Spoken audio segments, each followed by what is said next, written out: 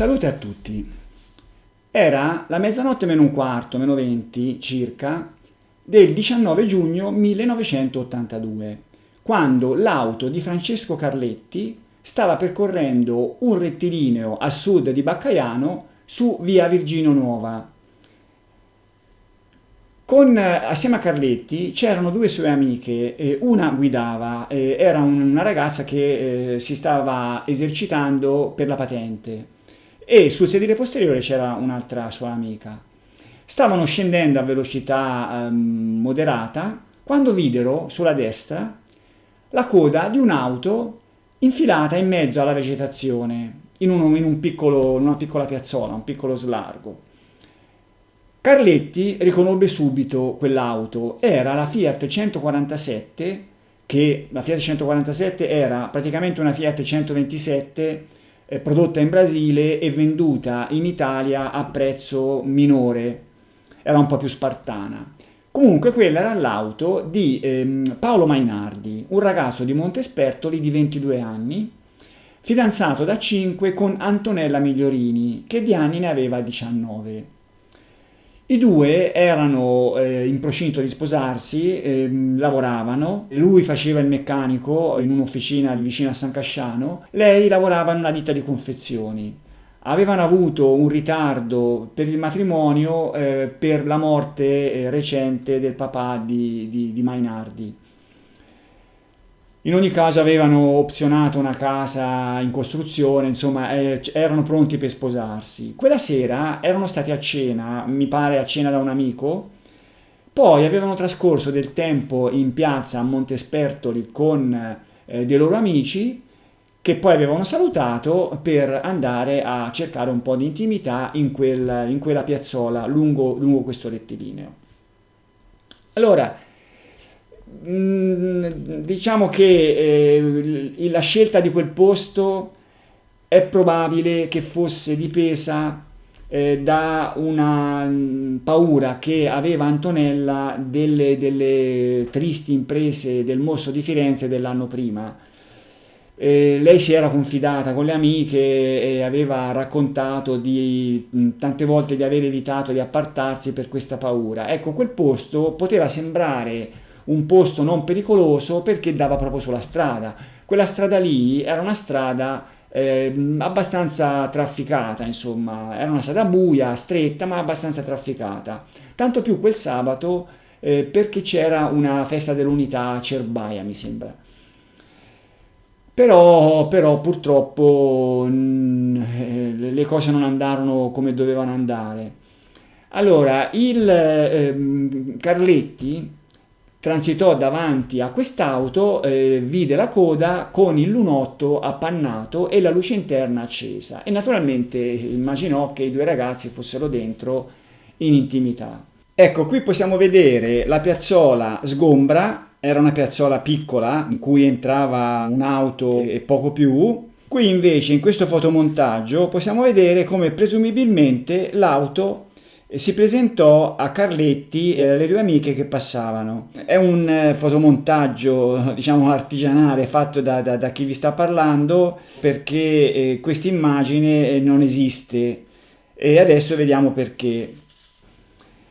L'auto di Carletti proseguì per qualche centinaio di metri fino a incontrare, forse un chilometro, fino a incontrare un'auto che veniva in senso opposto, una Fiat 128, che una delle due ragazze riconobbe come l'auto di un suo ex fidanzato, di Adriano Poggiarelli. Ecco, su quell'auto in effetti c'era Adriano Poggiarelli che però la stava facendo guidare all'amico Stefano Calamandrei. I due avevano trascorso la serata a Fornacette e avevano intenzione di andare a Baccaiano a vedere se in un bar della Polisportiva, mi pare, ci fossero dei loro amici. Passarono davanti, pochi minuti dopo il transito di Carletti, passarono davanti alla Fiat 147, ma non la trovarono più nello stesso posto. Era dall'altra parte della carreggiata. Aveva il muso puntato verso la strada, un po' sbilenco in direzione di Fornacette, cioè dall'altra parte di Baccaiano. e aveva la coda dentro il canaletto di scolo e per cui risultava inclinata. Le luci erano tutte spente, anche la luce interna che Carletti aveva trovato accesa.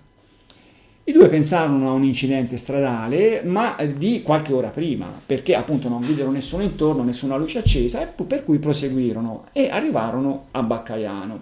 Ecco, possiamo vedere qui dalla piantina la situazione. Vicino a Baccaiano erano fermi due fidanzati, Concetta Bartalesi e Graziano Marini.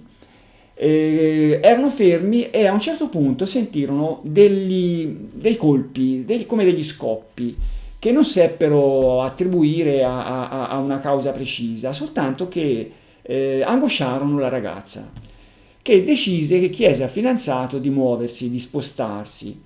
Per cui partirono, lei doveva arrivare, ecco, qua in fondo a destra c'è un bivio per Poppiano, lei abitava a Poppiano, il fidanzato la stava accompagnando lì.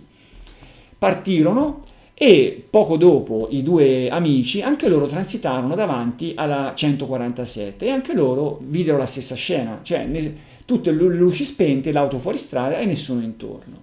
E anche loro proseguirono. Soltanto che sia i ragazzi, i due amici, che i due fidanzati tornarono indietro. I ragazzi, i due amici arrivarono a Baccaiano trovando il bar chiuso, per cui decisero di tornare indietro per andare a dare un'occhiata a quell'auto fuori strada. Invece i due fidanzati, in particolare il ragazzo, tornò indietro per uno scrupolo, perché gli era parso di vedere qualcosa dentro l'auto. Convinse la fidanzata a tornare indietro, i due tornarono indietro e sia gli amici che i due fidanzati si fermarono quasi contemporaneamente davanti alla 147, che illuminarono con i loro fari. Ecco, loro illuminarono una scena inquietante perché sul sedile posteriore, sul lato destro, c'era una ragazza che, essendo l'auto inclinata, era appoggiata alla spalliera. Sul sedile anteriore, invece, che si vedeva perché c'era il vetro dello sportello del guidatore infranto, c'era un ragazzo che respirava a fatica. Poco dopo, subito dopo, i ragazzi si accorsero di un foro di proiettile sul parabrezza. Come possiamo vedere qua, ecco, qui l'auto è stata portata nella caserma, insomma, in un posto dai carabinieri, e qui si vede bene il foro di proiettile sul parabrezza sul lato del guidatore. Ecco, una volta che si accorsero di questo foro di proiettile, i quattro furono presi dal panico, perché la ragazza disse appunto che aveva sentito questi scoppi e andarono a chiedere aiuto. Nessuno di loro rimase sulla scena, andarono tutti e quattro a chiedere aiuto, accordandosi chi doveva chiamare i carabinieri, chi doveva chiamare l'ambulanza. L'ambulanza arrivò poco dopo, a dire il vero, poco dopo sarà stato un quarto d'ora, 20 minuti dopo, a dire il vero preceduta di qualche minuto da qualche curioso che aveva sentito durante le telefonate di questo fatto. Arrivarono, allora l'ambulanza era della Croce Verde di Montespertoli e era, ironia della sorte, al suo primo intervento. Anche i ragazzi che erano a bordo erano al loro primo intervento. Allora guidava un adulto. Invece i paramedici barellieri erano tre ragazzi, due addirittura minorenni. Allora i ragazzi insomma, fecero quel che poterono fare, no? Si lasciarono prendere un po' dal nervosismo, non si resero conto che la portiera del guidatore, nonostante avesse la sicura, poteva essere aperta, c'era il vetro rotto, bastava tirare su il nottolino. Non lo fecero e finirono con lo scardinare con il piede di porco che avevano in dotazione la portiera del passeggero, dalla quale estrassero il ragazzo ancora vivo, mentre la ragazza si accorsero che era morta. Portarono il ragazzo in ospedale che arrivò incosciente, non si risvegliò mai e la mattina dopo morì. Ecco, naturalmente questo intervento alterò notevolmente la scena del crimine, tanto che e questo è uno dei motivi per i quali ancora oggi si fa fatica a trovare una dinamica ragionevole di questo delitto, ma diciamo pure che l'ostacolo più grande è un altro. Proviamo a leggere questo articolo uscito su Paese Sera 2 giorni dopo. Un articolo che si intitola Le prime testimonianze, lui era al volante, no, era dietro. I giovani, alla luce dei fari, si sono avvicinati alla 127 azzurra e hanno guardato dentro. Questi sono i primi 4, no? I 2 fidanzati e i 2 amici. Ho visto lei, prosegue Adriano Poggiarelli, appoggiata al sedile posteriore, immobile. Lui al posto di guida, era steso all'indietro con tutto il sedile. Questa è l'immagine che mi è rimasta in mente. Ho tentato di aprire lo sportello dalla parte della ragazza, ma non ci sono riuscito. E lì c'era la sicura. Anche per questo abbiamo deciso tutti di andare a chiamare i soccorsi. Diversa è la versione, una volta arrivato sul luogo del delitto, di uno dei giovani barellieri dell'autoambulanza, Marco Martini, 17 anni. Ricorda benissimo di aver dovuto sollevare il sedile anteriore del posto di guida per poter tirare il corpo ancora in vita di Paolo Mainardi. Era anche lui sul sedile posteriore, accanto ad Antonella, dice, e il sedile davanti non era steso. Se così fosse, sorgerebbero molti interrogativi. Anticipiamo un fatto, che i carabinieri, quella notte stessa, i carabinieri, gli inquirenti, adesso i carabinieri probabilmente, interrogarono i 4 ragazzi che erano intervenuti per primi e raccolsero la loro versione, secondo la quale Paolo era sul sedile di guida. 2 giorni dopo interrogarono i barellieri e da loro ebbero una versione diversa, quella che abbiamo appena letto di Paolo che sarebbe stato soccorso sul sedile posteriore. Ecco, c'è da dire che gli inquirenti non vollero credere a questa versione. I verbali poi ne avrebbero risentito, per esempio Marco Martini, il ragazzo di 17 anni, avrebbe cercato di resistere fino all'ultimo. Poi alla fine si decise e firmò il verbale che volevano i carabinieri. Comunque sono tutte cose sulle quali ritorneremo. Adesso per capire un po' la situazione diamo un'occhiata agli elementi della scena del crimine. Cominciamo con i bossoli. Ecco, allora possiamo vedere da questa cartina la disposizione dei bossoli. Ecco, la cartina ci dà anche un'idea di quello che fu il percorso dell'auto, no? L'auto originariamente era sulla piazzola dove la vide Carletti, poi con una manovra in retromarcia sembra di capire che chi la stava guidando voleva andare verso Fornacette, però non ce la fece a mettersi in linea e finì fuori strada dalla parte opposta. Ecco, i bossoli. Cominciamo col dire che ce ne sono 3, qui ci sono l'A, B e C, che furono trovati dove c'era il finestrino del guidatore che era infranto. Infatti accanto ai bossoli c'erano anche dei frammenti di vetro. Possiamo vedere in questa immagine, emersa recentemente, i 3 bossoli sulla piazzola, A, B e C. E accanto a questi c'erano anche dei frammenti di vetro. Altri 2 bossoli furono trovati, come si vede, a cavallo tra la piazzola e la strada. Sono il D e l'E. Ecco, possiamo vedere in questa foto la loro reale disposizione che è appunto al limite tra piazzola e asfalto. Diciamo che il bossolo D è ancora dentro la piazzola, il bossolo E è proprio al limitare tra piazzola e asfalto. Altri 3 bossoli vennero trovati davanti al muso dell'auto, un po' spostati sul lato del guidatore. Ecco, sono i bossoli G, H e F. Infine, e sono 8. Infine il 9° bossolo venne trovato sul tappetino posteriore destro dell'auto. Chiariamo diciamo così, una curiosità, chiamiamola, no? Questa striscia che si vede in questa foto è una striscia che possiamo vedere meglio in quest'altra foto dove la prospettiva è con la piazzola alle spalle. Venne tracciata quando venne effettuata qualche mese prima del delitto una corsa ciclistica. Quel rettilineo era lungo quasi 1 chilometro e evidentemente la corsa aveva una direzione che veniva dal nord, da Baccaiano, che aveva circa 800 metri di volata. Lì c'era il traguardo e poi dopo c'erano ancora 150 metri per la frenata. Ecco, è presumibile che in quel punto, dove c'era appunto il traguardo, fosse stato ricavato uno spazio per i giudici, per il tavolino dei giudici, disboscando un pochino il fogliame che c'era appunto che c'era di lato.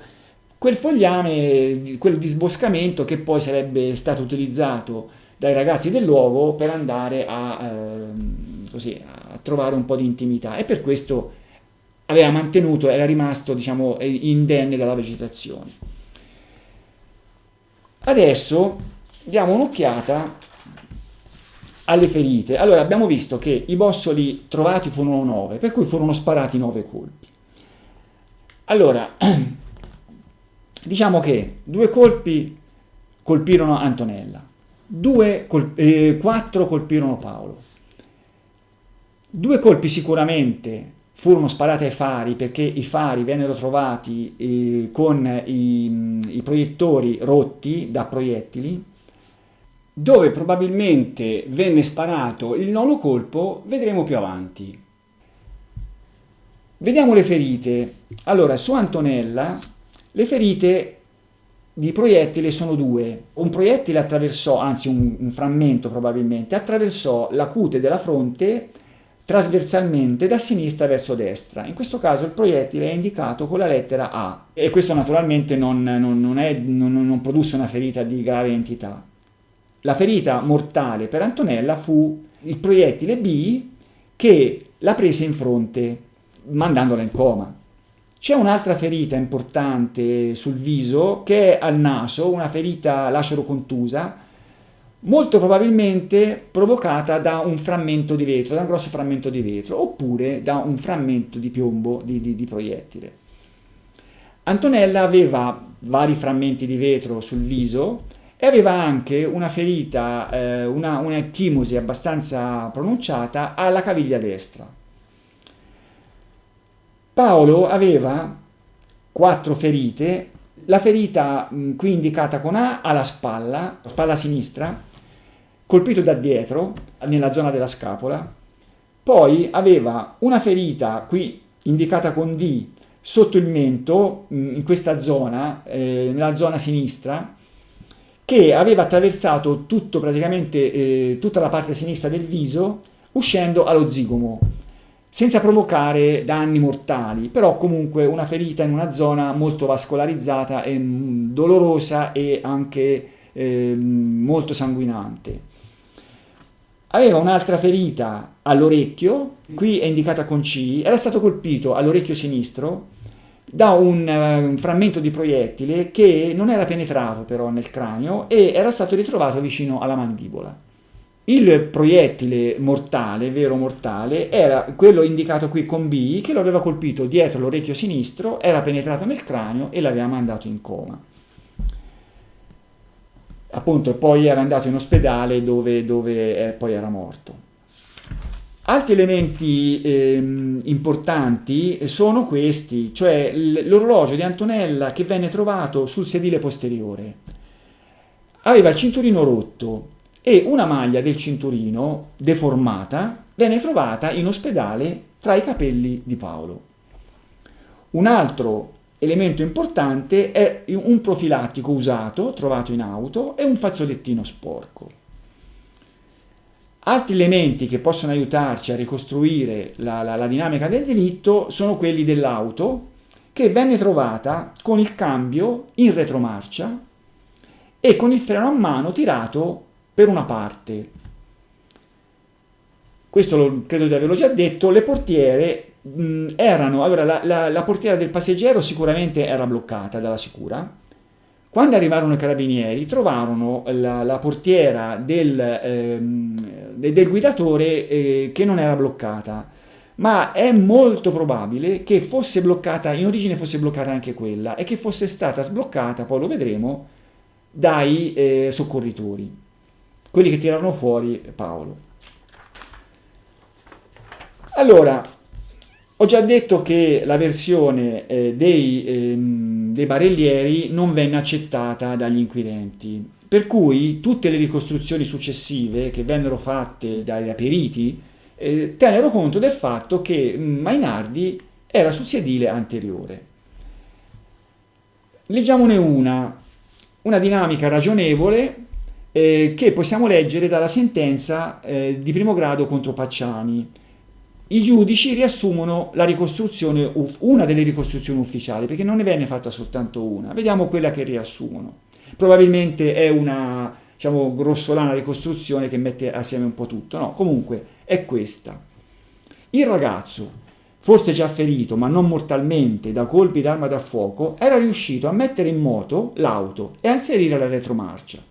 Cioè, qui si presume che Paolo Mainardi, che era sulla piazzola con la coda dell'auto rivolta verso la carreggiata, fosse stato ferito dai primi colpi, avesse messo in moto, fosse riuscito però a mettere in moto cercando di scappare, abbandonando la piazzola sterrata, cercando di immettersi sulla strada provinciale. Non vi era purtroppo riuscito perché l'omicida lo aveva inseguito esplodendo contro lui e la ragazza una serie di colpi, che avevano ucciso quest'ultima, trovata seduta nella parte posteriore dell'auto e ferito mortalmente lui.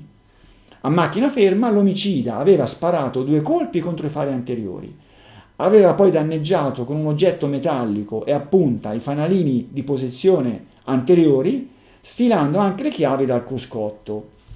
Ecco, quello che mi ero dimenticato di dire, altre 2 cose importanti. Su questa piantina si vede il pallino verde con scritto chiavi, allora, oltre nel campo al di là della macchina fuori strada, ma la posizione non è mai stata, non viene precisata dalla documentazione, vennero trovate le chiavi dell'auto. Un altro elemento importante, che i 2 fanalini di posizione anteriori erano danneggiati entrambi. Su quello destro, quello lato passeggero, c'era un foro rotondo. Su quello sinistro invece, lato guidatore, era danneggiato, era incrinato. Vedremo poi i plausibili motivi di questi danneggiamenti. Allora, diciamo, nella sentenza del processo Pacciani viene appunto descritta una dinamica grossolana, no? Che non va troppo nel dettaglio. Nella perizia De Fazio possiamo leggere una delle 3 dinamiche che vennero compilate dai periti medico-legali. Ne vennero compilate 3. Ecco, questa dinamica, secondo De Fazio, è la più convincente delle 3. Leggiamo.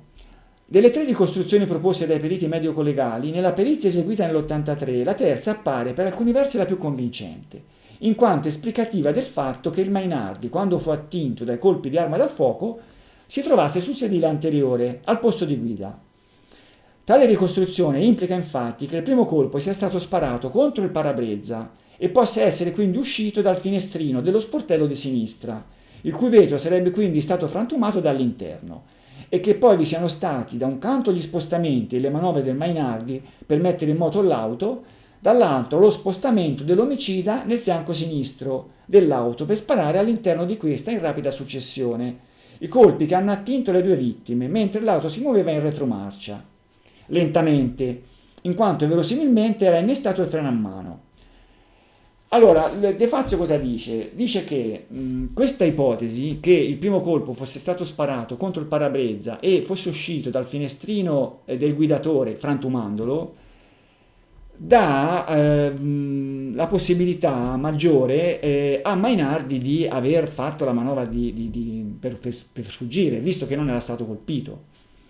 Peccato che ci siano 2 problemi con questa partenza, diciamo così, del delitto, che il primo più grosso è che il bossolo relativo a questo colpo sarebbe dovuto schizzare in mezzo alla vegetazione oltre il muso dell'auto, cosa che non successe perché i bossoli vennero tutti trovati, i 3 ne vennero trovati in piazzola, gli altri anche al di fuori. Per cui già questo non fa funzionare questo tipo di dinamica. E poi c'è anche da dire che entrambi i ragazzi vennero trovati colpiti da frammenti di vetro, per cui vuol dire che il vetro era stato infranto non dall'interno ma dall'esterno e i frammenti erano schizzati su di loro. Allora, a questo punto questa prima parte del video sul delitto di Baccaiano finisce qua. Vedremo nei prossimi video alcuni abbozzi, diciamo così, di ricostruzione sbagliati. Vedremo quali sono gli elementi che li rendono sbagliati e poi tenteremo di proporre una ricostruzione più verosimile. A risentirci.